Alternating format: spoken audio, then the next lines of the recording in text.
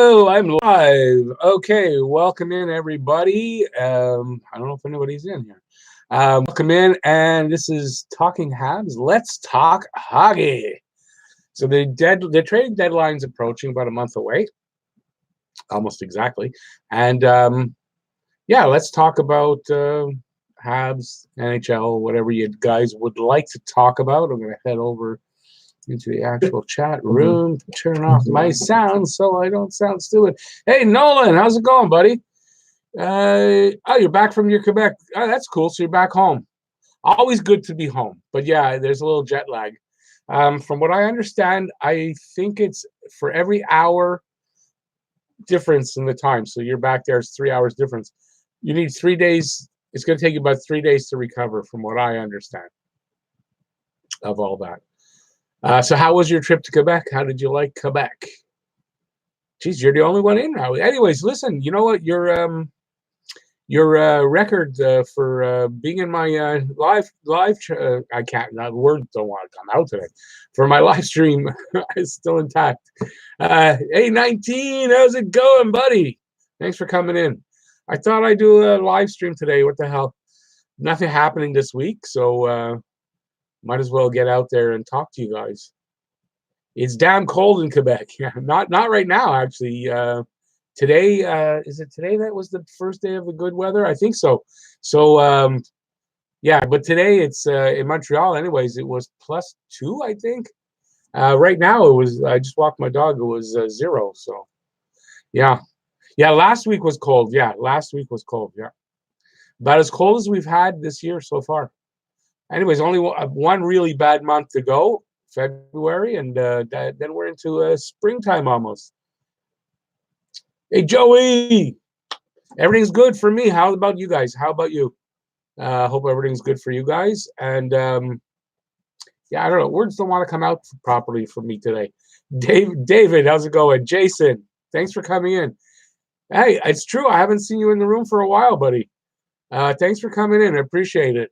Yeah, I'm just doing let's talk hockey. Let's see what's going on. Whatever you guys want to talk about. I guess since there's not, I'm gonna just announce something. I don't know if I mentioned it the last live stream. I've got a new podcast. It started what are we today? Thursday. So it came out yesterday on Spotify and on Anchor. There is a link to both of them in the description of this video. So if you want to hear my podcast, I talked about the trade deadline and whether Montreal will be buyers or sellers, and specifically about Kovalchuk, Tatar, Petrie, backup goalie, and the defense. So if you're interested in that, link is in the description. It's my new podcast. It was just me on the pilot episode, but I will be doing this podcast with my brother from another mother in BC. His name is Patrick. He prefers Patrick. And you might all remember him. He's Patty Mack. Comes in every now and then. Hasn't been in a while, but Patty Mack, if anybody remembers him. So he's going to be my podcast partner. And yeah, it should be out on a regular basis in the next couple of weeks, probably every Wednesday. So that's my big announcement, is my new podcast. It's going to be called Habs Coast to Coast, because I'm sort of on the East Coast and Pat's on the West Coast. So, and there's Habs fans from coast to coast in Canada. Okay, let me get back to you guys now. Hola, Senor Rick. Okay, I thought you're calling me a senior. Hola, David. Oh, that's funny. Let me see now. Where am I? Oh, you know what? It's not that. You know what? I'll turn off a light, but I don't know if I can. I know what I did. Hang on a second.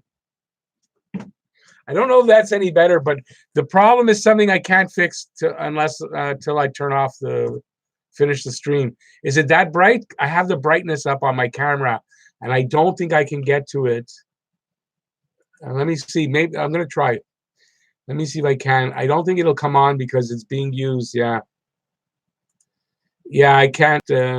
We'll go off now. Yeah, I can't change anything with it.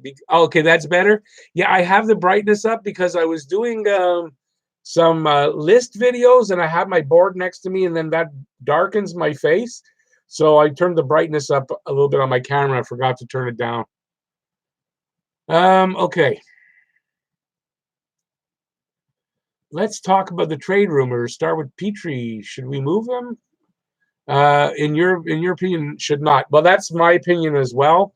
The only thing I will say about Jeff Petrie is this: if they get an offer that is too good to say no to, then they have to. If someone's willing to to greatly overpay for Jeff Petrie, then I think you have to, at the very least, consider trading him. So I think there's a slight possibility he could move, but for me, I wouldn't move him unless that happens. So if they offer you like one of their top pros, like say from Edmonton, if Edmonton offers you Puljujarvi and first round pick, you might want to take it. You know, something like that. Other than that, I don't know. I keep him, and I've said that in videos that I don't think. I say that in my podcast as well. Excuse me. Joey says, I think they will be buyers 85%. You mean you're 85% sure that they'll be buyers? I mean, they could be. I say in the podcast that I think they're going to be, I really think they're going to be a little bit of both. And it depends on what's available. Look, I think if there is, if they can make a deal for that left side defenseman that they need, I think they're buyers. If they want to get rid of a guy like Wheel and a few guys like that, maybe Thompson, if you get an offer, I think they're sellers. So I think there's going to be a possibility of them being both. And then there's a total possibility of them doing nothing. So, you know, it's still a month away. And I think a lot of whether they're going to be buyers or sellers are going to be told by the record and how well they're doing at the time. So they got a month. If they're still in this winning mode, if they're still, I mean, they got to win a lot of games. But if they're still there in the race, come trading deadline, they could literally be a buyer as well. Nolan went dog sledding when it was minus 20. Not a good day to do dog sledding, Nolan. Especially when you're not used to it being that cold. It's not good. Let me see now. I better scroll up there. I missed something.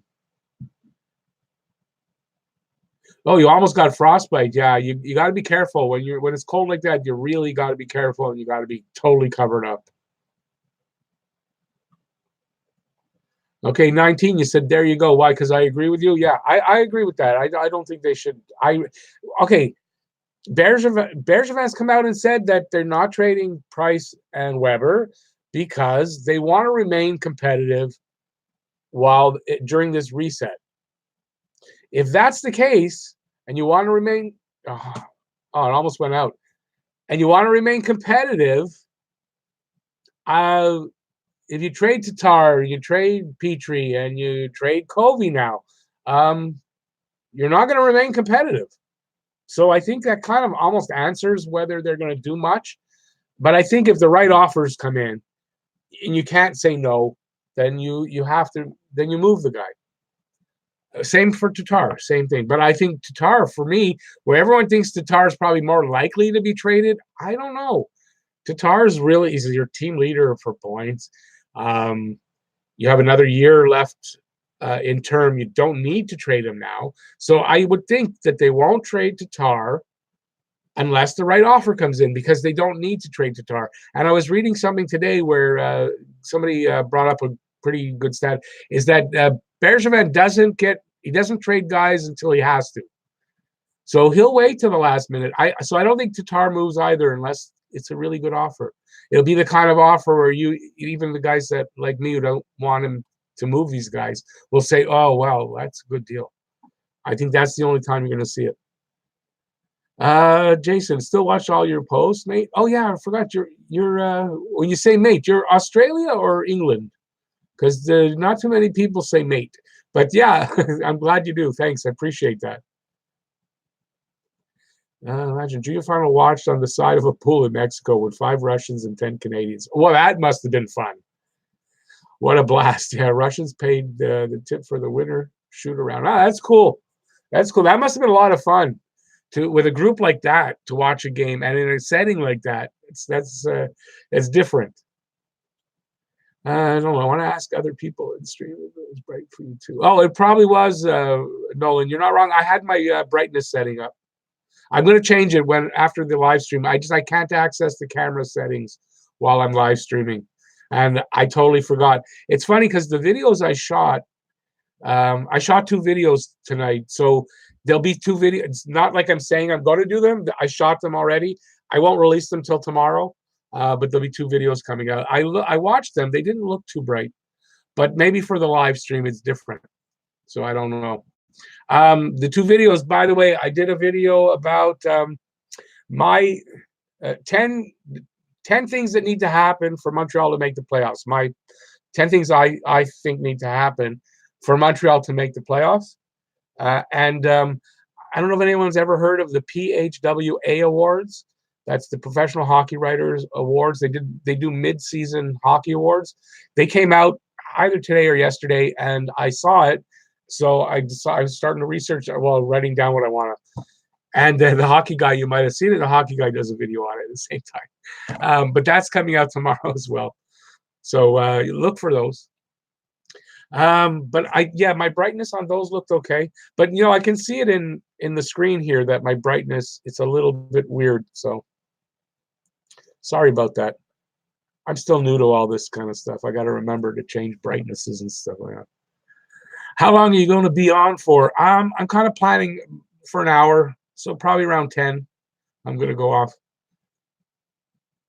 What's up, Habs fan? Not much. I'm just enjoying a little bit of rest. It gets to be much, I guess, at my age, maybe the grind of the hockey season. I'm just following and watching the games, but I do everything here alone. You watch some hockey guy, like the hockey guy has his wife, so that's a big help. And some of the other guys have helpers. I know probably, I imagine John at Hot Take does it himself too, but I do everything alone. So being older, technology is not my friend, and it takes me longer to do things. So I don't even know why I got onto that. Why did I get onto that? Oh, how long? So I don't know what that means. So I'm on for about an hour. Oh yeah, I'm enjoying the break. So I thought I'd do this live stream. Yeah, my mind isn't really working great today. When you see those videos that I put out, I think on one of them, I was having trouble. I don't mind making fun of myself. It's when I screw up, I'm happy to admit I screw up and make fun of myself. That's fine. So yeah, I did the video for the 10 things that Habs need to have happen to me. I did that 3 times. The first time wasn't very good. Halfway through, I stopped. The second time, or I should say, the first time, I did it 4 times. The first time, my computer the blue screen of death, right at the end, I'm almost finished. Boom, off. So that's gone. Second time, I was all screwed up, so I didn't do a good job. Third time, I took a break after the intro to put my board out, then finished the video. And when I'm finished, I looked at the time to see how long it ran, and I saw it was at 1 minute and 10 seconds. And I'm going, well, that's not possible.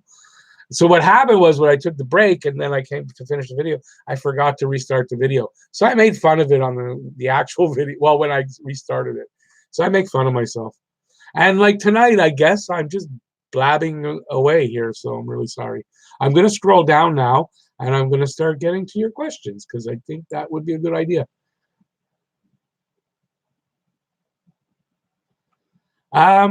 Jason, no, Bergevin has announced.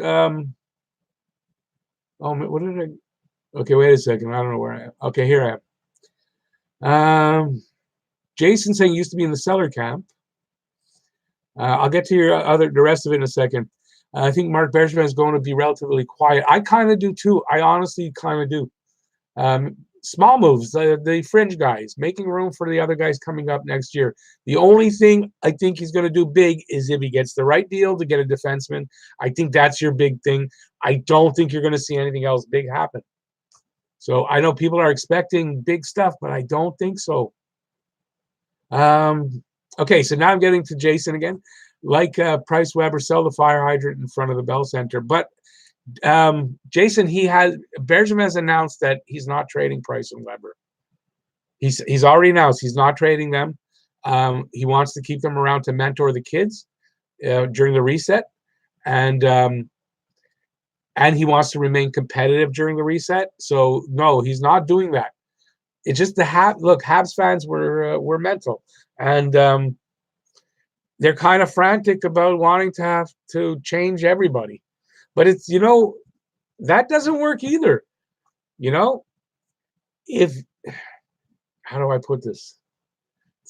All the other teams in the league have their problems too. It's not just Montreal. And just because we want to do things or you want to make deals doesn't mean you can make them. I think that's the biggest thing that people don't understand about Marc Bergevin and the job of a GM is that we as armchair quarterbacks, not the right sport, I know, but we can come up with all kinds of deals. They just got to do this and get that guy and get this guy. Yeah, it's easy to say and to think up, but it's not easy to pull off. And that's the difference. And I don't think he's going to do much. He doesn't like to get fleeced. He's dealing with it sort of in a position of weakness if he's a seller. And I don't think that's his kind of thing.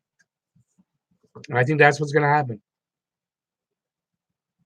And it doesn't mean, look, Montreal's mountain to climb to get to the playoffs is enormous. That 10 things that need to happen. I stressed that point that in that video that the things that I'm saying need to happen prove how big of a mountain it is for them to climb to get to the playoffs.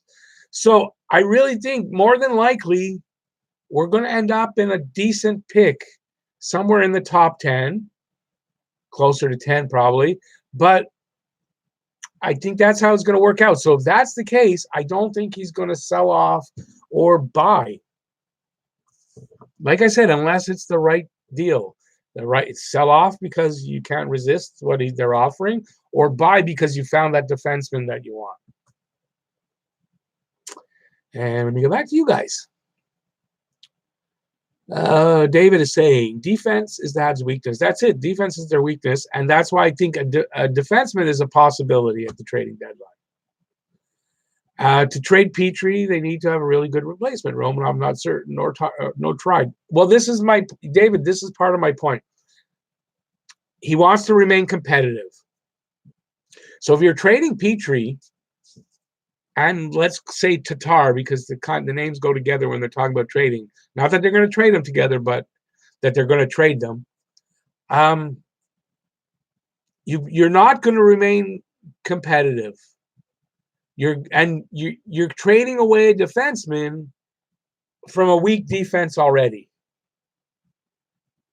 So even if you're getting somebody back, you're still weak, and it doesn't make it better. So unless you're committed to say, okay, we're going to trade these guys, we're not going to be very good for a couple of years. That's the way it's going to be. Then why are you keeping Price and Weber? Then that makes no sense. So he's keeping Price and Weber. I don't see him trading Petrie and Tatar. Unless, like I said, a deal you can't, like the Godfather, going to make you an offer you can't refuse. If that happens, then they make a deal. But I don't see why. I don't see it. It was a freaking schedule thing, and they put it on that day. I think we're talking about the scheduling. Well, here in Quebec, Nolan can't help the weather. Sometimes you schedule things and you go, damn it, why did I say today when look at the weather today? You can't help that sometimes. Joey says he thinks Carey Price will be traded next year. I'd like to hear why you think next year, not this year. I would say to you only if they're going to trade him next year, they might as well trade him this year. I don't see why wait at that point. You know what I'm saying? At least they'll put it this way. If you have a suitor for him this year and you go, well, we're going to trade him only next year, I don't see why they don't trade him this year. And I think there would be interest from a couple of teams anyway, like Colorado. I think there would be interest for Carey Price if you put him on the market. But I mean, if you're going to trade him next year, might as well do it this year. Jason, so now you're more refined. Does that mean you went from a seller guy to a buyer guy? I don't think that even buying is a great idea unless they get that defenseman they need. Otherwise, I don't think they need to buy. I think they're doing pretty good on the forward ranks, and I think the only spot is the defense. So if you're going to buy, that's where you're going to buy. Or look, a backup goalie. That's true. Backup goalie is important, and I can see them going out and getting a backup goalie.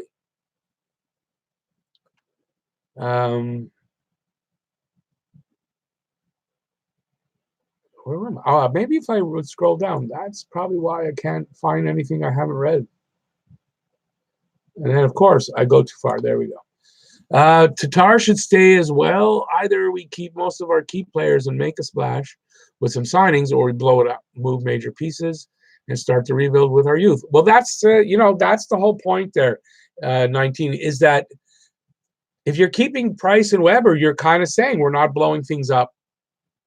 So you're not getting rid of the other guys that you need to keep competitive. It's the whole point I'm trying to make is exactly that.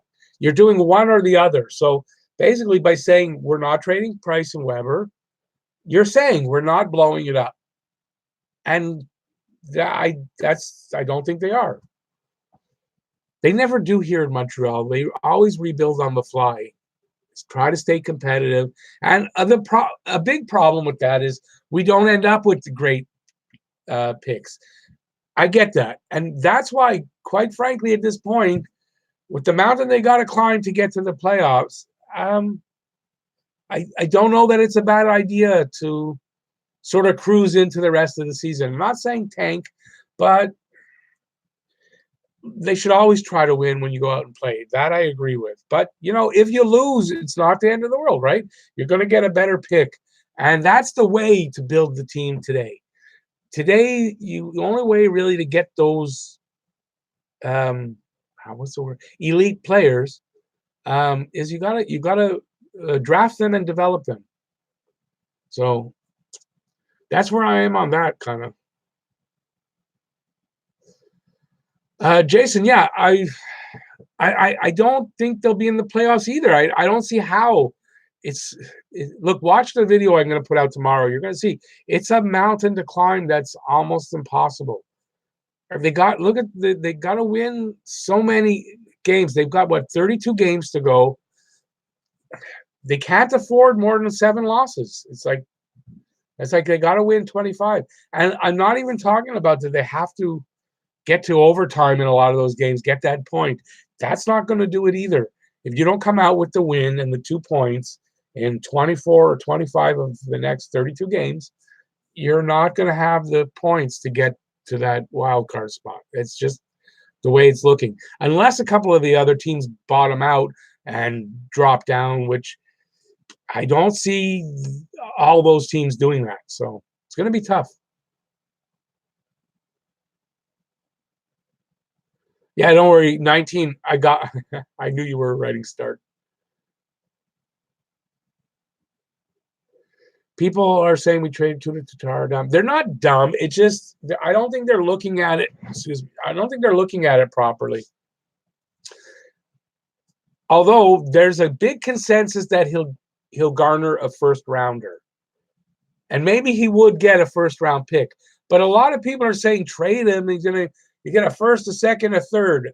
Why? Because that's what the Golden Knights gave up to get him. They gave a first, second, third.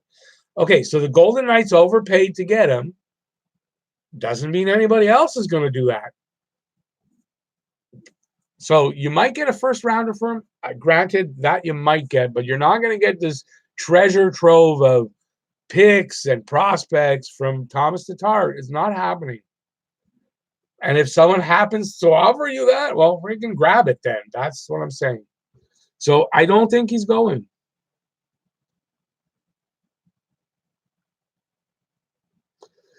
Jason, for the future of the defense, you're right, Romanov. But look, be realistic about Romanov as well. If Romanov does come next year, which the signs are all showing that he is, that he'll be in camp next year, he's still a rookie in a position that takes time to build in. So no matter how good he is, unless he is a generational type player, a franchise player, which he might not be, and he may be, but I don't think he's a franchise player. But if he's a franchise player, yeah, he can come in smoothly, make a difference. More than likely, though, he's going to come in, he's going to do well. Will he make that huge difference? I don't think so for the first year or two, right? So, all the signs point that Romanov will be that leader or that top player in, what are we, 2020, 2020, 2022, 23, when basically most of the guys in the Habs pipeline, the rookies, Suzuki, KK, all those guys will be great or getting, whatever. I don't know the word I'm looking for. But they should all be coming into that point where, again, sorry, guys, having trouble with my words. Anyways, 2 years down the road is when really this team's shot at making the playoffs and doing any damage are realistic. So Romanov's going to be a big piece. Caulfield, I see now you wrote Caulfield. Caulfield's going to be a big piece. You've got other guys that are going to be a year behind them. You've got KK who's here now, Suzuki who's here now, Paling who's here now. But give them 2-3 years, and this team's going to be so much better. So to think that next year is also going to be the year, well, we're going to make it next year. You know what? It might not be. I guess that was my point. I don't know. I got lost in what I was saying, guys. Sorry about that. And honestly, my meds haven't kicked in yet, so it's not that. Oh boy, at least we have fun on the live streams. My voice, oh boy, it's not doing good tonight. But I just filmed 2 videos. We need Caulfield. We certainly do. I don't understand where people are willing to give up Caulfield in a trade. That one I don't get. You finally get a guy with elite level potential as a shooter, and all they want to do is trade him away or break him down into how he's not going to be good. He's too small. He's too. I don't get that. Before we trade away Cole Caulfield, I want to see him in a Habs uniform and see what he got. Okay. I am showing 13 watching, Nolan. I don't know. If it's only 7, it's only 7. Whoever's in, that's who's in. We need to go 22 and 10 down the stretch to have a shot. But that's being optimistic even.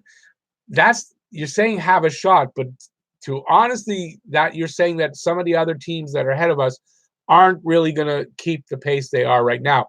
Then maybe, and it's a possibility. It was looking like it would be 90, 92 points that they'd need, but now the other teams are starting to play better, and it's back up to the 96, 98 points. So 22 and 10 won't make it. Honestly, if it's not 24 and 8 or better, they're not going to make it. That's my honest opinion. And then again, you could also think this too. To get there, and if they happen to get there, how much is that going to take out of them in the way they have to play to do that? And what are they going to be able to do in the playoffs? Or are they going to be that much more pumped getting into the playoffs like St. Louis was last year and do what St. Louis did? It's a possibility, but unlikely, because how often does what St. Louis did happen? It doesn't happen often. It's a rarity. And how likely is that to happen 2 years in a row? Unlikely. So there's a lot going against them. It's a big hill to climb. I would like them to climb it, but I don't think they can. I really don't. Not at this point. If they would have not had that 8-game losing streak, it's a different story. If they could have won 4 out of those 8 games, that's 8 points difference. They're sitting at 59 points, and they're right in the race. But it didn't happen. And that's the problem. So that's where they lost the season. If they don't make the playoffs, that's where they lost the season in that second losing streak. They could have survived the other one. Could Juleson be really back to become something? I'm very worried about his injuries history. Jason, I think you got to write Juleson out right now with the he's getting migraines, so I guess he's still having concussion symptoms. I think with it being this long since the injury and he's still not doing well, I would not count on Juleson. I think we have to look beyond Juleson. If he happens to come back, bonus. It's like signing a new player. If Bergevin gets booted, the team will get stronger. I don't agree with that at all, Joey. Sorry, I don't. I think everybody that is blaming Bergevin, I'm sorry. I think you're wrong. I think you're not looking at it right. I think the problem with most people today is we still think that it's possible almost at will to say, okay, we're on a 5-year, and he never said that, by the way. That's a myth. He never said it's a 5-year plan. But we're on a 5-year plan to either to be a contender. It used to be you were able to do that, but I don't think you are anymore. Not only with parity with the league, you're just not able to. It takes longer, and it's less. It's riskier of whether you're going to do it. It just takes longer to put the team together that you need because you literally need to develop your players more than you could trade around for them. You used to be able to before, especially before the salary cap.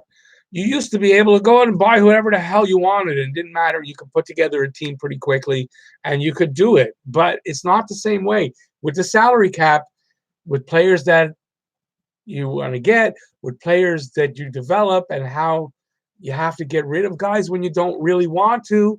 Sometimes just for business, for contract reasons, you have to get rid of guys that you don't want to, you didn't really want to, and that makes it harder to win, and it's just harder. And I think he's done a great job up to now. I think if you're not seeing forward progression, you start to worry. But if you're not seeing forward progression in this team, then you don't know hockey. That's all I can say. And I'm not trying to say that to you, Joey. I'm not saying put down.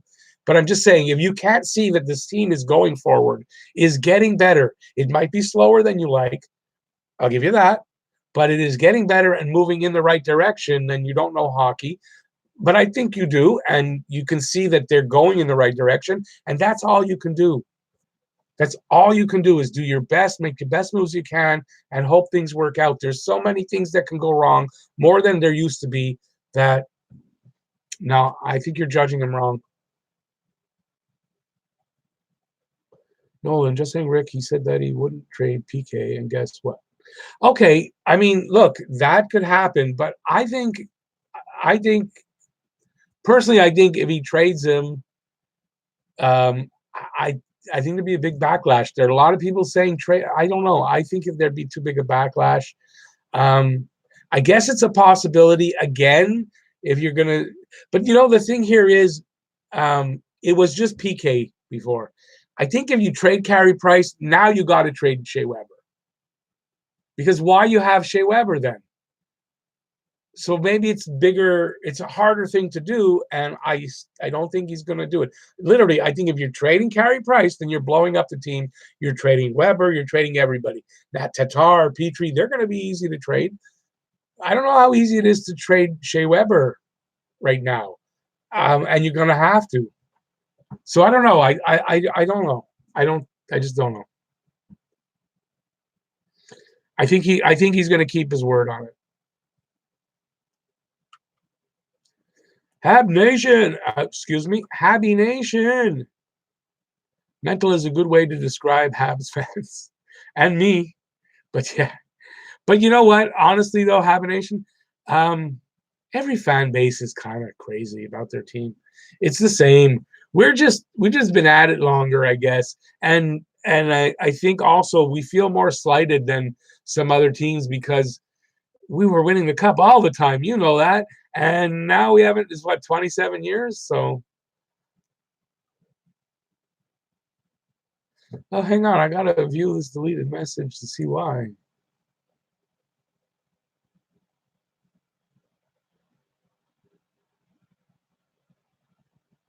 Oh, wait, why was that? Okay, sorry. How I don't Jason, 19. I don't know why you took his I'll read it out anyway. Sorry, let me get back to where I was. Uh 19, PK wasn't good in the room. And this is why you're seeing PK move all around. There was, if PK stayed in Nashville, was still in Nashville, I would say, okay, that it wasn't that. But look at, he's gone now. So he's on his third team. There must be something there. That was the rumor. There was something wrong in the room. And there must be something there when you see that he's moving around the way he is.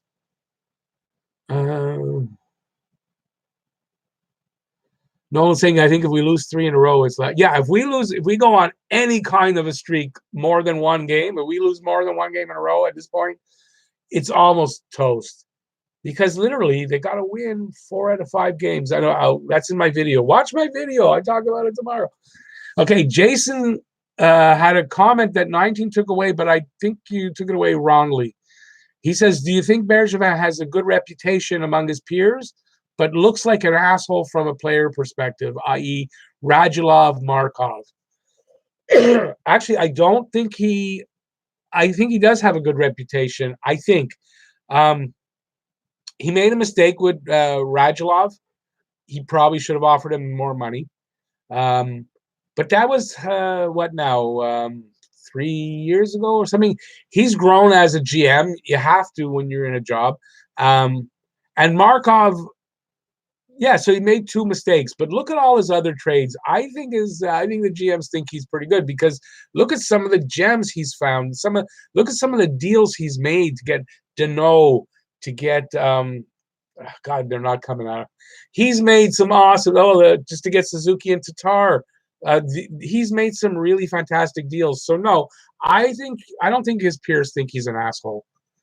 They think he's an asshole because he's a prankster, maybe. For his sense of humor, maybe he's a prankster. He loves to do pranks. So that they might think he's an asshole for that. But no, I don't think for those reasons. Oh, sorry, Nolan. Take off, buddy. Have a great take off, eh? I didn't mean to say it like that. My words aren't coming out properly. Enjoy your dinner, and thanks for coming in as always. It's not like a live stream if Nolan's not around. Hey, Jeff, how's it going, buddy? Price makes $15 million this year, so prorated, that's a big chunk of cash for a team to take on at the deadline. That's another really good point there, buddy.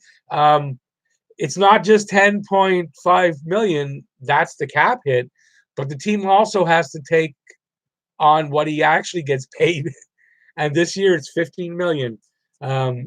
Signing bonuses and stuff that they put in the contract. So it's not an easy, even Price, it's not an easy contract to get rid of. They're going to have to retain a good portion to get rid of him. And considering that, what do they have to retain half of it? It's not worth it at that point. Why are you trading him? I don't know. Would you agree with that, Jeff? What's your opinion on trading Price? I don't remember. I know you've told me. I'm having one of my ADHD days. That's why I'm having trouble getting my words out right. It happens. I'm kind of waiting for my meds to kick in, but they won't be good for me speaking. But so I forget. I know you've told me, and I can't remember. But how is it you feel about whether they should trade Price or not?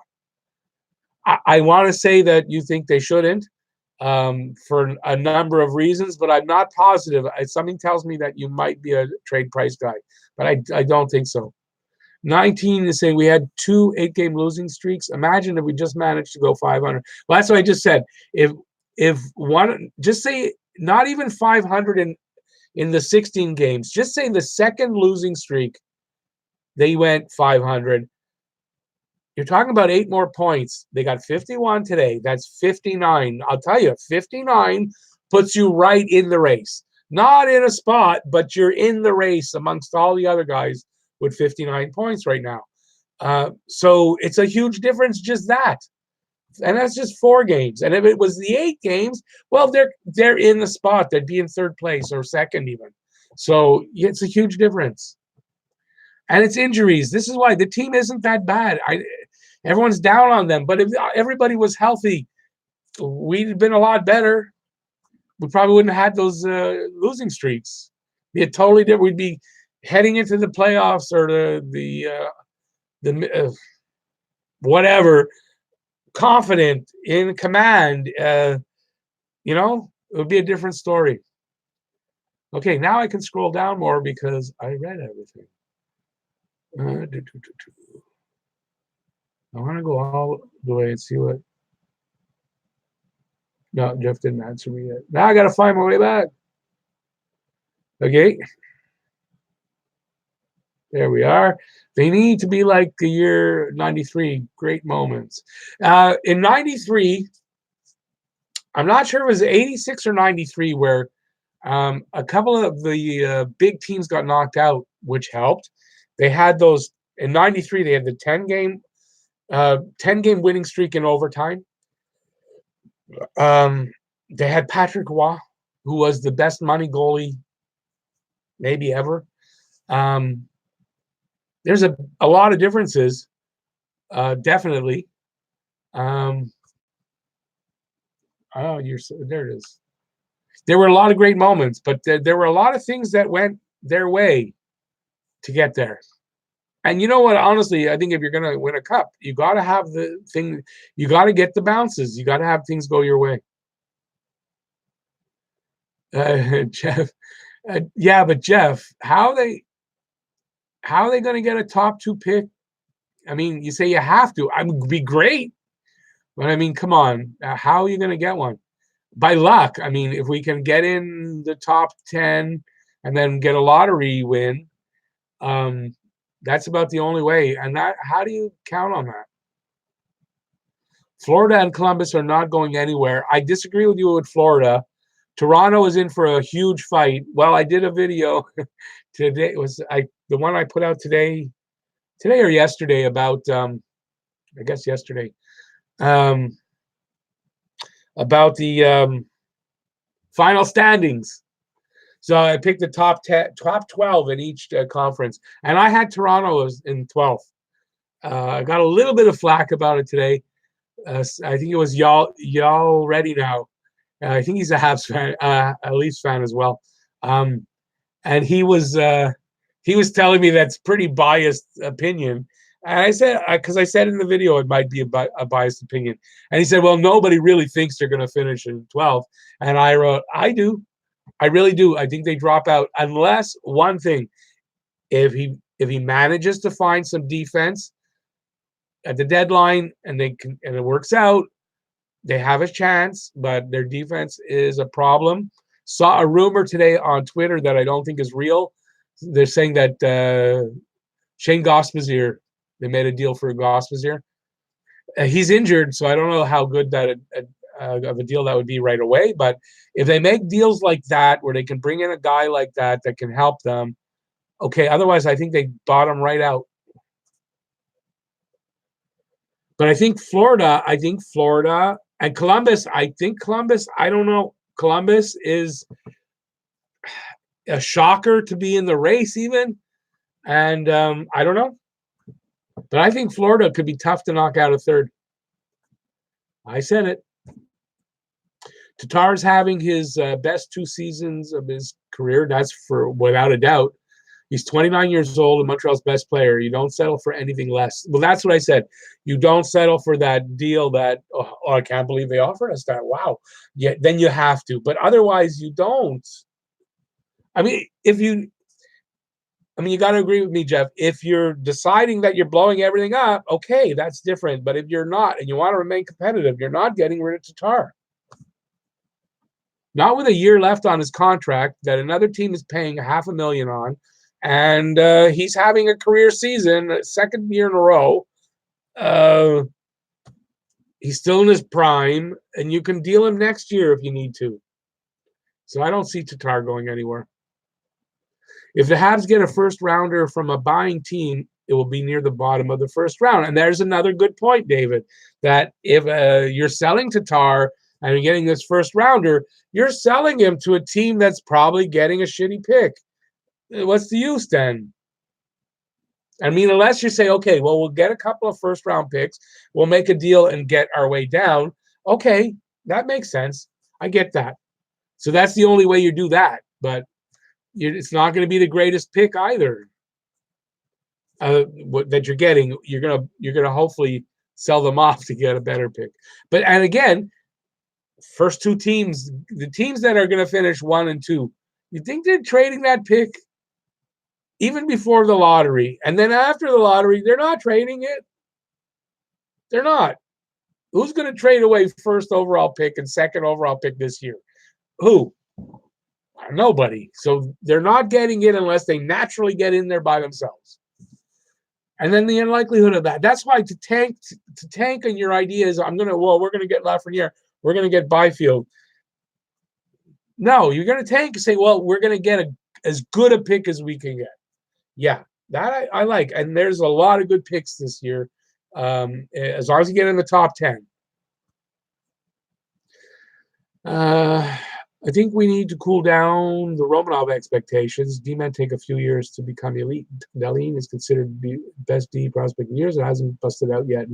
Yeah, 100%. And I did say that because I was in doing my channel for the last year, and I'd say in the last few months, probably last 3 months, my rose-colored glasses for the Habs have come off mostly. So where would have, Romanov next year, he's going to, it doesn't happen. It's like slow your roll there, buddy. Dial it down 10%. It's more than likely not going to, unless he is like a generational player coming in and he's going to have an effect the first year. Otherwise, it's not going to happen. So to count on Romanov coming in and being the guy next year, it's not. That's why I say if he can get a guy to fill that hole this year that you can have signed for 2-3 years, no longer, to come in now, play first pairing defense with Weber for the next 2-3 years till Romanov can fill that hole or take over from Weber. Well, on the wrong side, but you know what I mean? The new generation. Yeah, Romanov, you can't pencil him in to be the answer because it's not, Same way, look, KK, bad sophomore season. Suzuki, and this here's a good point for me. Thank you, by the way, Jeff, for that. I've been saying Suzuki's going to be that elite #1 center. And the proof of that is in Suzuki came in his first year. And no, he's not setting the league on fire. That wasn't expected. He's making a really good showing for a rookie. He's going to have good points, solid showing for a rookie. That's what you want to see. That's the sign of that great player coming. Everyone else, sorry to say, and even a lot of great players, sorry to say, needed a year, 2 years, 3 years to get to their potential, start to get to their potential. And literally, there's a reason why it's called in their prime. When you hit 26, 27, till you're 31, 32, those are your prime years. The reason being that most players will be at their peak in those years. They need those years to get there. So even a guy who's kind of struggling, 25 years old, could be struggling, boom, 26, maybe he's 27. It's like a different player, and because that's what happens. It's like science. It's known. It's not something that people making up on the fly. So yeah, it's a good point to say a lot of these guys that were saying go out and get and we'll get a good pick. He's going to make a difference. He's going to make a difference in 3-4 years. He's not going to make a difference next year. Maybe Lafreniere could be that kind of player, and maybe Byfield, but everybody else is going to still take a year or two to get there. And even me now calling Caulfield coming in next year. If Caulfield does play next year, is he good? Well, I think I have actually said this. Is he going to light up the league? No, he's not. Is he going to score 20 goals? Yeah, maybe he will. And that will be the sign that this guy's an elite shooter. Is he going to come in and score 40? Very unlikely. So, yeah. I sorry I got off on this rant. That's what live streams are for, right? Randy, sorry it took me so long to get to you. How's it going, buddy? Thank you. Appreciate it. Not sounding good tonight. My voice is really raspy tonight. I don't know if you're still in the room, but how have you been? I haven't seen you for a bit. Joey, they will make it all the way, babe. You look, I hope they do. I'm not going to be disappointed to say, oh, they made the playoffs. I wish they wouldn't. But I just don't think so. It's a really big high mountain. Watch my video tomorrow. 10 things they need to do in order to make the playoffs, or that need to happen. And see what you think. It'll be out tomorrow morning at some point. It's filmed. After this, I'm going to upload them and do the thumbnails, but I won't release them this late. But I'll release them in the morning. By lunchtime, for sure, they'll both be out. I've got 2 videos coming out that I did. Personally think they trade anyone to get as many picks as possible, then package the picks and a prospect like Paling, maybe, to be the first on stage in June. Okay, but listen, Jeff, seriously, you think, okay, I'm not saying what you're saying would be unheard of in any other draft year. This draft year has 2 players that people think are maybe not generational, but definitely elite, can't miss players. I know for me, if I'm a GM and I've got one of those 2 picks, I'm not selling it for anything. I mean, unless you really want to give me your 3 best players, I might do it, depending on who they are and how long they'll. But even then, you're talking about a guy that's an elite player. You've got that pick. The only thing that can take it away from you is losing it to a lottery. Okay, maybe that's when you can get it. If the guy is like, well, I don't want to take the chance I lose it, I trade it away. Then you might lose it. So the only way to get that pick is after the lottery draft. You make that deal. But who's going to give that up? I say that in all seriousness. If I have the first pick or the second pick as a GM, I'm going to laugh in your face when you call me with an offer. I'm going to, unless you're saying I'll give you McDavid. I'll give you Jack Eichel.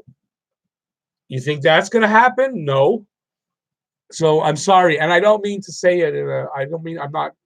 I'm not upset. I'm sorry if it came out aggressively, but I mean, really, who's going to give up that pick, Jeff? I don't get it. So I'd like to hear your answer, but I just don't see who's going to do that. Emby had a 2-year plan, then had to restart last year. He really only failed the team and fans a couple times over the last few years. Yeah, I mean, look, everybody has their mistakes. Everyone has their missteps. But it was brought to my attention that neither Molson nor Bergevin has ever given a time frame for their plan. That and I've challenged on Twitter. I challenged anybody that can give proof via video or in writing that they said there's a 5-year or an 8-year plan, and there hasn't been. How long does it take to develop a team? You know, that's subjective because obviously every team's going to be different, but it takes longer than you think.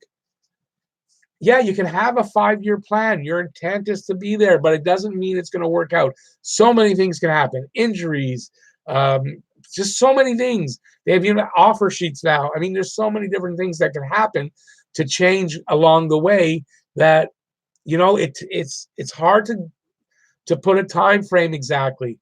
You could say we have a 5-year plan to be competitive, a 5-year plan to be a playoff contender. And I can see that being something you could pull off, but it's so hard to say we have a 5-year plan to be a Stanley Cup contender. That's a different story. That's harder to do. Our player development was so weak that's where, you know what, if you want to fault him in almost any place, that's the one place I fault him in, is how did you leave Sylvain Lefebvre as coach of that team for that long? So if there's one spot where you want to get Bergevin on, to me, that's the one spot. Okay, our player development was so weak for so many years back then. I would have agreed we need to lose so we can get a better pick. But now I trust Joel Bouchard, and we might see late gems shining. Yeah, no, I get you. We don't need as good a pick, maybe, but still, this is the year you want to get a good pick. If you're going to be in the bottom teams, you want to be in one of the top 10. But I'm serious about that. If there's really one spot where I fault Marc Bergevin, because I like Bergevin, I think overall he makes some amazing deals. Yeah, they're not huge. He doesn't do the huge blockbuster deal. He doesn't do it. PK Subban, that's the scope of it. That's it. Otherwise, he doesn't do that. But the deals he makes, the small deals, are amazing. But I fault him in leaving that coach in there for what, 5-6 years. He had Sylvain Lefebvre the last 3 years. We were like, is he going to get rid of him? No. Is he going to get no? Oh. And then finally, Joel Bouchard. That was like me and Pat were talking about a guy I'm going to be doing the podcast with. When it happened, it was like a big thing. Finally, I called them. They did it. They got rid of Sylvain Lefebvre. They didn't bring him back. So that's where you got to fault him. Everyone's faulting him about deals and stuff. He makes great deals, but you got to fault him about development. Excuse me, guys. Remember, Drew and Galley are back. They're not back yet. I haven't heard that they're back. They're supposed to. Galley, there's not. I haven't heard when. Drew and those supposed to be back after the All-Star break. So, but haven't heard it officially announced. But I hope so, because the quicker we get them all back, the quicker this lineup can get set the way it's going to be, and they can get working on attempting to make the playoffs. I mean, if that's what they're going to do. But for me, I just want to see everybody back. I love to see, when I watch a hockey game, a Canadians hockey game, I don't think I've ever watched a Canadians game where I was like, oh, I hope they lose this game. Never. That's never going to happen. So, and I got to watch every game to do what I'm doing. So I hope they make that run. Why Primo is not backup goalie right now? What the hell we have to lose? No, but Jason, you got to think about it in another way than that. I get your point. That's a good way to tank. But you know what? Maybe not. He's a first-year pro. He's the guy you're hoping that'll be there in the next 2 years. What if it affects him that he comes in and he loses? I don't know if that's a good idea. If you're going to do that, I say leave Lindgren in. Lindgren's probably going to lose. And it sounds mean. I'm sorry for anybody out there that likes Lindgren. I don't dislike the guy, but I'm saying, how much are we really? It's not nice to say. Okay, I'm going to say it, but I'm not a mean person, and I don't mean bad to the guy. But how much are we going to care how it affects him if he loses, right? I mean, that's the business side of it. So if you're looking at it that way, I'd rather leave Lindgren in there. If it's time, it's time, but I don't run the team. This is from Jeff. I wouldn't want to be the guy that has to make the call on trading Carey. Me neither. By the way, if anybody that I'm calling it's Fedgehead, you'll see Fedgehead. His name is Jeff. That's what I mean by Jeff. If you don't know that already. If it's no, this is a good point. I wouldn't want to be the guy either right now to make that call. It's not an easy call to make about whether to trade him or not. But he's made the call by coming out and saying, we're not trading Carey Price or Shea Weber. So, I mean, he's made the call. And I'm sure it's not just his decision about whether they blow up the team or they don't. That's probably Jeff Molson's decision. They should really have a president of hockey operations who's a real hockey man doing that, but it's not. So yeah, I think that's where the decision's made. They all get together and they decide. But he's already come out and saying it, so they made their decision. Fedge 93 was a solid vet roster that was built for a playoff run, as long as the blue chip goalie turned it around, and he did. And that's right. They were built a lot better than this team is for the playoffs. They had some really good players, The captain, Guy Carbonneau. I mean, come on. Guy Carbonneau, I know, not a great offensive player. He wasn't junior, but not in the NHL. But man, that was a great hockey player, Guy Carbonneau, he was. And he could put some points on the board. But defensively, I mean, come on. Shutdown guy. I mean, you couldn't get a better one. Bergevin doesn't trade for high picks in the draft because he was burned getting Jared Tenorti. Don't expect a first rounder. I agree. Okay, Happy Nation, though, also, would you agree with me that if you're holding a first or second pick after the lottery, so you know you've got that pick, are you trading it for anybody? I'd love to hear your answer, Happy Nation, on that one. Would you trade that first or second pick for anybody? I would. I'm really interested to hear what Happy Nation says about answers to that. Jeff says he's got Florida and Colorado in the finals. I've got Washington, and I think originally I had Washington, Colorado. I'm not sure. It might be Washington, St. Louis, or Washington, Colorado, but I got Washington. I think putting Florida there is a bit of a jump, but I do think Florida is probably pretty solidly in third place, and it's going to be hard to get them out of there. Jeff saying you package picks. It's a deep draft. If a team like Detroit gets one, do you think picking one player makes them a cup winner?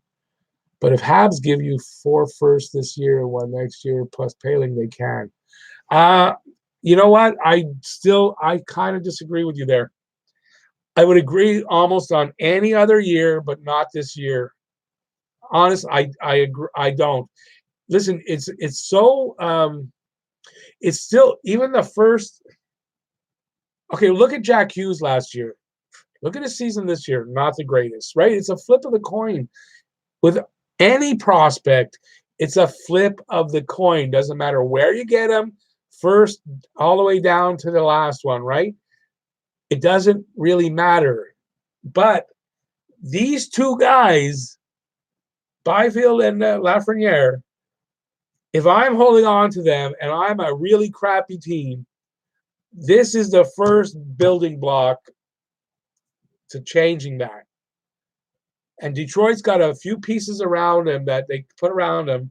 I think they take Lafreniere. That's what I think. Because you know what? Lafreniere won't get them the cup. Lafreniere might not even get them into the playoffs. And so they still will probably have another good pick the next year. So now that's 2 of those first-round picks not needed. Now it's just basically 2 first-round picks. I'd rather have Lafreniere or Byfield for 2 first round. Yeah, I'd rather. I wouldn't trade it. And I don't want to see them put Paling in a deal. I know you got to give up to get. I know that. I just don't like to see these guys go. Hey, Evan, how's it going, buddy? I'm doing good, and I'm live streaming. Sort of near the end. I was going to do only an hour, but I'm still having fun. Probably do another 10, 15 minutes. Still not at, no, I'm at 982. Yeah. Well, it's getting closer every time. It's okay. It is what it is, right? That's all. What can you do? I know it's John from Hot Takes not in tonight, but I don't know if our live streams have coincided because he told me next time he's live streaming and I'm live streaming, he's going to send people over to check me out and subscribe. So I don't think that's happened yet, but hey, look, there's no worry. My birthday's coming up in 3 weeks, just over 3 weeks. I'm kind of hoping by then, but I have a feeling it won't be by then. As long as it's kind of by the end of the season would be nice.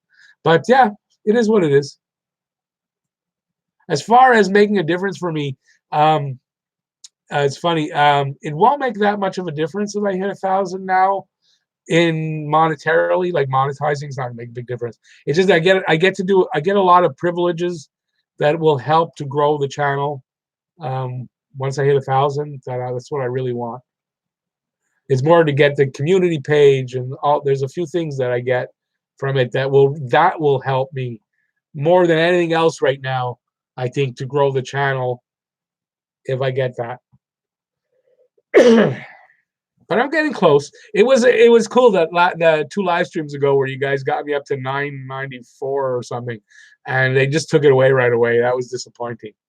And then they took them all away, and they even took, I think, it was 7 others that I know I legitimately had. It wasn't for anything else that happened that night. And I wrote them and complained about it, and boom, they got me back to the 982.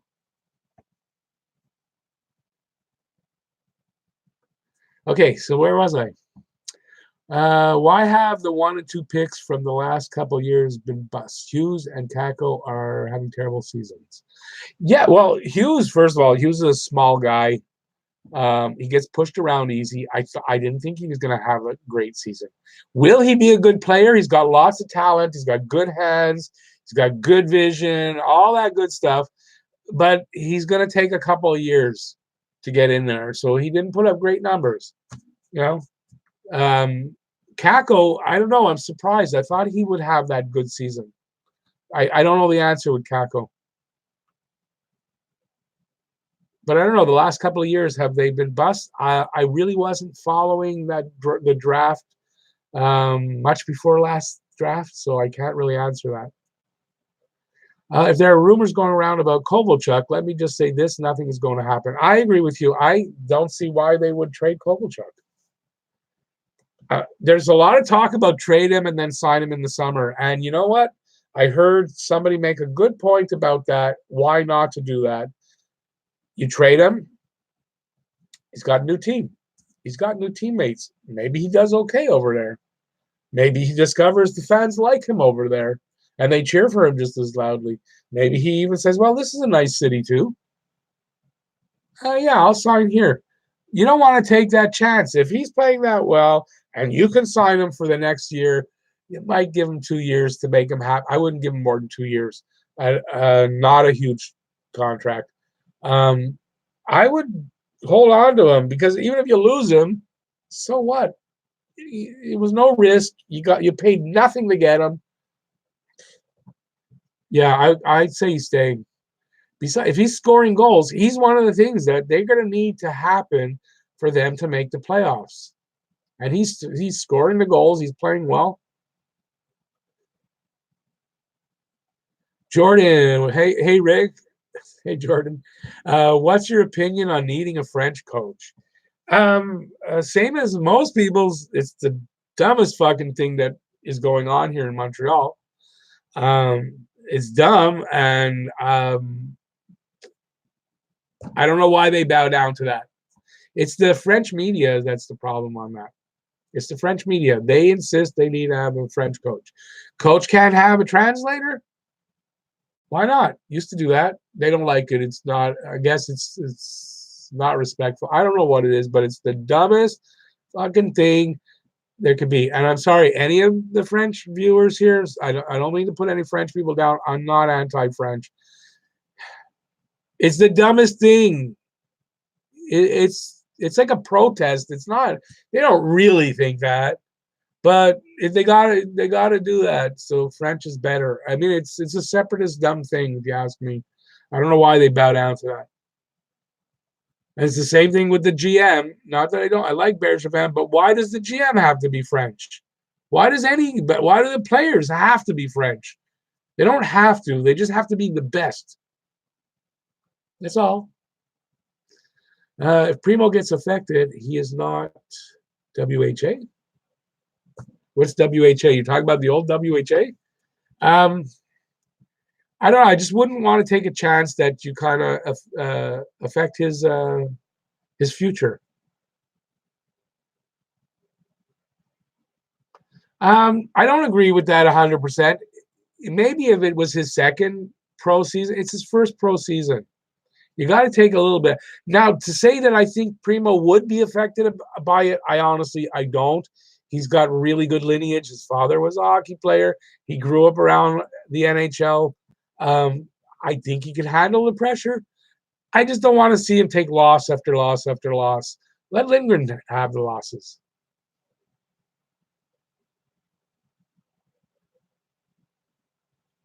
Jeff, I kind of agree with you. I think he says I think Lindgren blew it his last time out.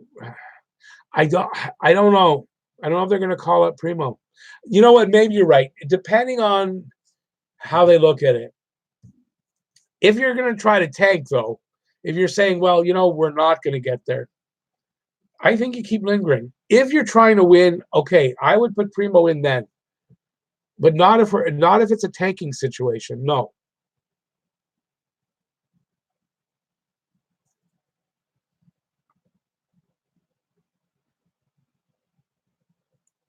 Okay, let me see. Oh, I went a little further on. There we go.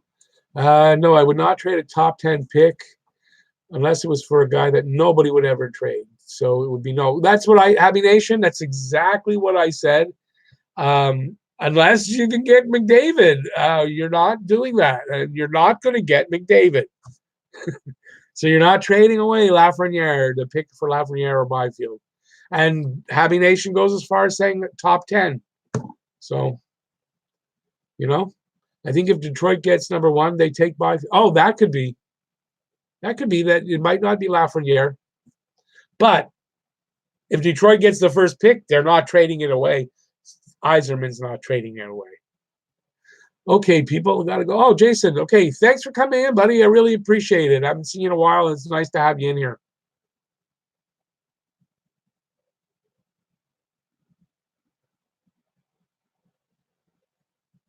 Okay, I'm not sure what you meant by Oh, I get it. Oh, the later live stream was good for you. Well, that's why I did if you're still here, that's why I did a later this time. I did one on Monday early because I don't usually get the early guys from the game, as early as that. And then I haven't been on at 9:00 for a long time. So I thought, yeah, get the guys that are later out west, stuff like that. So that's why my 2 live streams were that much different. While there's still people, I'll be on Saturday. We'll do a Saturday night hockey talk. I'll probably do it about 8:00, but it'll be posted early. But I'm doing a Saturday one also. Okay. Jason, they said, okay, no, you're answering. Jason. Kakko was playing 142 games this year at 18 years old. I think he's tired. That's a good point. I noticed it last year also. The guys that come in, I mean, they play so many games. They're freaking tired. Look, even Nick Suzuki, he might peter out a little bit just because of that too. He's played so many games leading up to this that, could be a problem. Happy Nation, I'd prefer Price, no cups as a Hab than no Price, but Halak in 1 cup. You got a smiley face on that. Yeah, I don't know. I don't know about that. The cup would be nice to have no matter who the goalie was, but I kind of prefer I prefer Price over Halak overall. The French thing is just as much tradition as anything to the French fans. Yeah, but you know what? If a tradition is causing problems, is a problem to win, and you can't win because of a tradition, well, I think it's time for the tradition to go. I don't know why I took that one. That's warm. Scotty Bowman didn't speak French. Yes, he did. The fans would accept the winner if he won. Did you know Scotty Bowman was born in Verdun? Scotty Bowman spoke French. Although at the time he was here, it wasn't a requirement for the goal for the.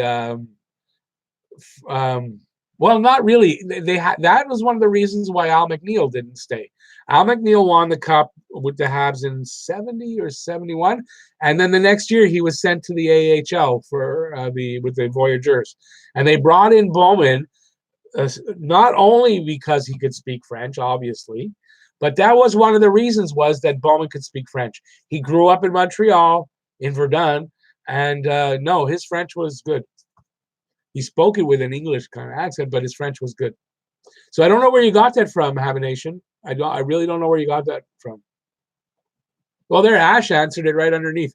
Bowman spoke French. He's from Verdun. I hadn't seen that. But yeah, that's well known that he spoke French. I heard him many times.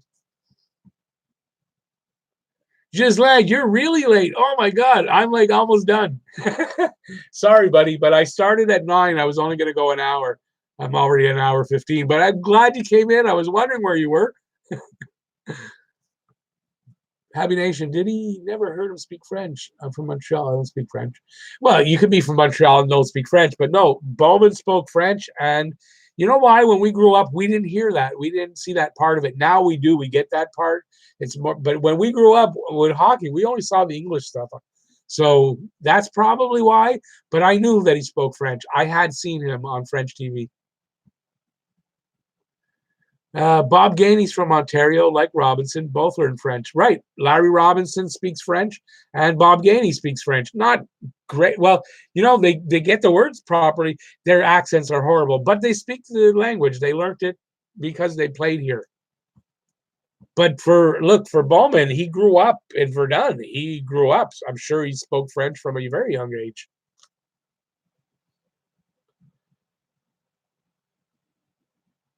Well, I'll only say this, buddy, Happy Nation. Just you can look that one up on the internet.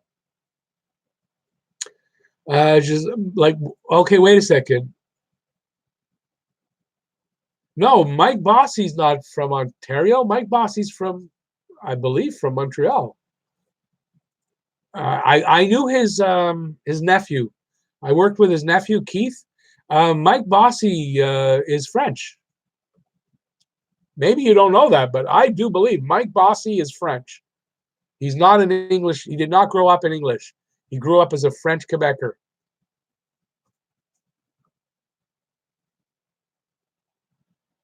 But I'm telling you, Giselle, it's not like Gainey and Robinson. Robinson and Gainey grew up in Ontario speaking English. They learned French coming here. Playing here, they learned French so that they can communicate with the fans. That was on them. But Mike Bossy is a French Quebecer. I know you wouldn't think it when you look at him and you hear him talk. You would not think that. But Mike Bossy, I do believe that I'm right. He's a French Quebecer. Jay Flem. I haven't seen your name out there in a long time. I love the last name. That's great. Thanks for coming in, but we're almost done here tonight. Oh my God, still talking about Halak. Yeah, that controversy still goes on. In Montreal, nothing goes away. Don't you know that? Anybody whoever would have kept Halak overpriced back then or now clearly have a screw loose. Oh, he's not talking that he wanted. No, you must have taken it wrong. He was making a joke. He said he'd rather have Price and no cup than Halak and one cup. So, but we still talk about it because Halak is still playing, and it was a big controversy back then. Like I still can't. I mean, I've always been a Price guy. If you didn't know, Carey Price was just a little bit better than most goalies. I don't know. And people are saying keep Halak. Halak was good, but he wasn't Carey Price good. Dave Talon speaks French, but I think Dave Talon again. Look that up. I think he might be also from Quebec, Dave Talon, but I could be wrong there. But a guy like that, I don't see why he would speak French. Didn't play here in Montreal, so he must have some kind of Quebec connection. And yes, Mike from Montreal. Bossy, a Quebecer, a French Quebecer, not just a Quebecer like I am, who's English, but he's a French Quebecer. Just that his English was great. He grew up in both languages. So, like my ex-wife, who's English, you can't really tell that she's French. But she grew up in French. He the same way. And when you started to see him in the NHL, and don't forget the NHL juniors and all that, they talk English because that's the language of hockey. So when you heard him talk for the first time, I imagine most people thought, well, he's an Englishman from an English Quebecer, but he's not.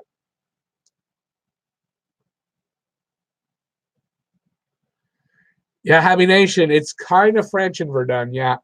Although even back then, no, you had both. It was both, but I mean, right now it's very French. But yeah, if you grew up in Verdun, even like 70 years ago, you were bilingual. Gislaine, Mike Bossy is French. He didn't have to learn it. David, there you are. How's it going, buddy? I'm almost at the end of the live stream, though. Sorry about that. But Gislaine, seriously, he's from Quebec, and he is a French Quebecer. Does Martin St. Louis speak French? Of course, Martin St. Louis is a Frenchman. It's Martin St. Louis. Martin St. Louis. It's not Martin St. Louis. But yeah, of course, he's French. Um, well, okay, that might be the. I should say you might be right, and I could be wrong about that. But I always thought he was a French Quebecer, but I definitely knew he spoke French. And you could be wrong, and I could be wrong on when he learned French. I'll admit that, but he definitely spoke French, speaks French, and I believe I always thought he was French. Hey, David, sorry. Yeah, I'm going off in a few minutes, but thanks for coming in. I appreciate it. Your record is still intact. I know you're talking about Mike Bossy.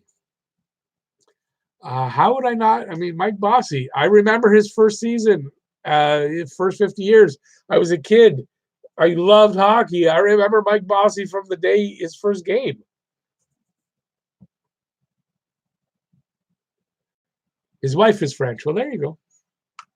Got a French wife, got a French life. Okay, so listen, I'm at the end of the comments. Before we get into too many more, I'm at an hour and 20 minutes. I'm gonna take off here. Do fries speak French? That's a good one, Jay. I like that. They're French fries. They must.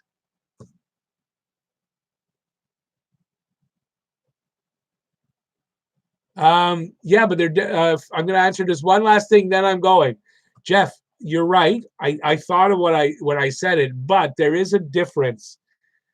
Caulfield is. I think I don't know. I heard it was Caulfield pronounced it that way. I'm going to say Caulfield because it's sounds weird. So Caulfield, their difference is their legs. Look at Caulfield's legs, and they are strong and big. He's got a good low center of gravity. I believe it's low, and he doesn't get pushed over very easily. Where Hughes is still a little bit thin, a little bit weak in the leg department, and he has trouble. You watch, he gets pushed around, he gets pushed off the puck, he gets pushed into the boards, gets pushed down. He's still having trouble with that. I don't think you're going to see that with Caulfield. In the NCAA, they're hitting him, and the bigger guys that are hitting him are falling, and he's still standing a lot of the time. He's got a different body, and that's the difference. Stevie from LaFleur's haven't had that in a long time. The Smoke Meat from Ben's, you're really aging yourself now, Happy Nation. How long has Ben's been closed? My God, that's got to be closed 20 years now, no? But yeah, they were good smoke meat. But for me, smoke meat in Montreal gotta be Schwartz's. It's the best. Second best, smoke meat Pete's. After that, the Maine and Snowden Deli. And then after that, it's kind of up in the air. You go to Lester's is okay. And yeah, that's the official word on smoke meat in Montreal. Okay, guys, I'm gonna go. It's 10, almost 10:30. I really want to thank you all for coming in. Please check out my new podcast. Link is in the description down below. It's called Habs Coast to Coast. Like I said, link for Spotify and for Anchor. If you don't have Spotify, Anchor is free. You don't have to. You can play it right away. And link is in the description. I want to thank everybody for coming in. Really appreciate it. Peace out, everybody. See you on Saturday. Going to do a live stream Saturday, probably at 8 o'clock, but I'll post it. Bye, y'all.